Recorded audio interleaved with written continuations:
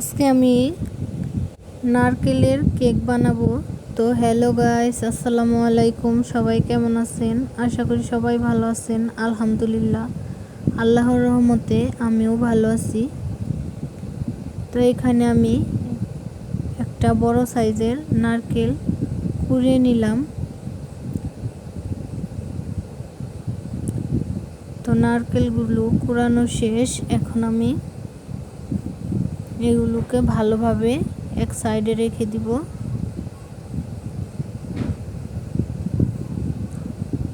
তো অনেকগুলো নারকেল হয়েছে, তো বড় সাইজের একটা নারকেল। তো মেয়ে বলতেছে আম্মু আমাকে একটু দাও, তো মেয়েকে দিলাম। তো এখন আমি আমাদের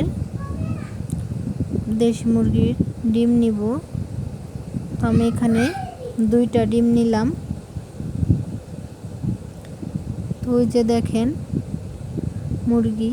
তো এখানে আমি ময়দা নিয়েছি, দুধ, চিনি, তো এখানে আছে ভ্যানিলা এসেন্স। তো এগুলো উপকরণ দিয়ে আমি ভালোভাবে কেকটাকে বানিয়ে নিব। তো এখানে আমি ডিম দুটোকে ভালোভাবে কাঁটা চামচের সাহায্যে ফেটে নিব। তো এর মধ্যে দিয়ে দিলাম চিনি দিয়ে দিলাম। তো চিনি দিয়ে ভালোভাবে এগুলোকে মিক্স করে নিলাম। তো এর মধ্যে দিয়ে দিলাম 2 কাপ ময়দা। তো ময়দাগুলোকে আমি কাঁটা চামচের সাহায্যে ভালোভাবে মিশিয়ে নিলাম। তো এর মধ্যে দিয়ে দিব সয়াবিন তেল। তো কারেন্ট চলে যাওয়ার কারণে অন্ধকার, তো আমি লাইট দিয়ে ভিডিও করতেছি।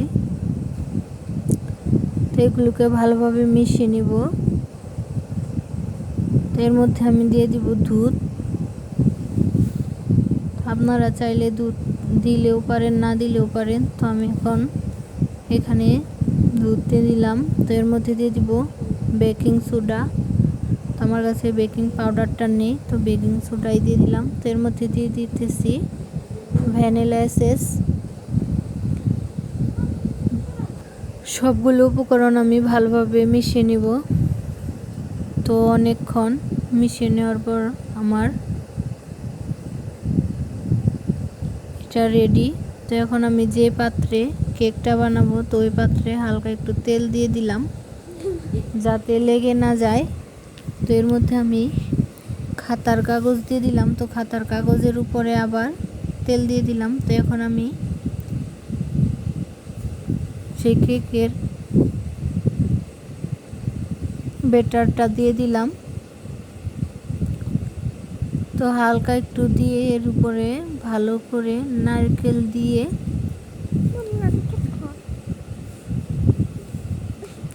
এর মধ্যে সুন্দর করে সাজিয়ে নিলাম।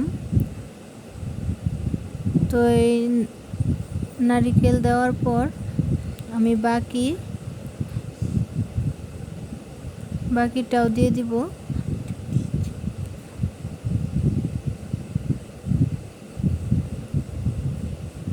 তো এর উপরে আমি দিয়ে দিব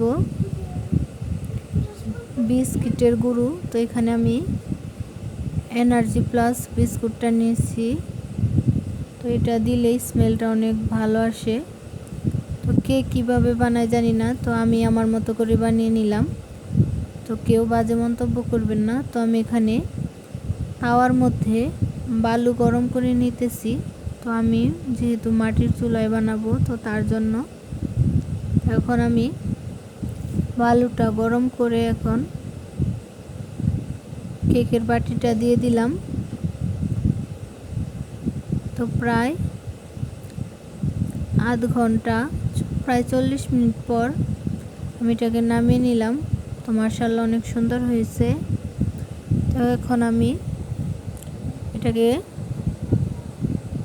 সাইড দিয়ে ভালোভাবে কেটে নিলাম।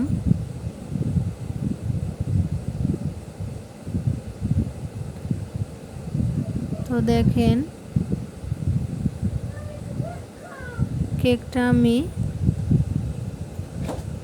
প্লেটের মধ্যে ঢেলে নিলাম। এখন দেখব কেকটা কেমন হয়েছে।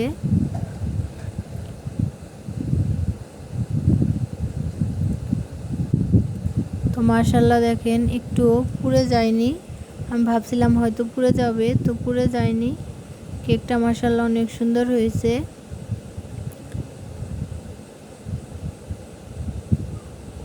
এখন আমি এটাকে পিস পিস করে কেটে নিব।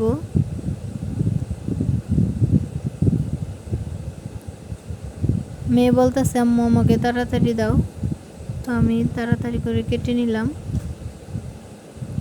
তো এই দেখেন আমার কেকটা রেডি। তো কেকটা দেখতে যেমন হয়েছে খেতে অনেক মজা হয়েছে। তো অনেক তুলতুলে অনেক নরম হয়েছে। তো আজকের ভিডিওটি এ পর্যন্ত। সবাই ভালো থাকবেন, সুস্থ থাকবেন। আমাদের ভিডিওটি ভালো লাগলে লাইক কমেন্ট শেয়ার করে দিবেন।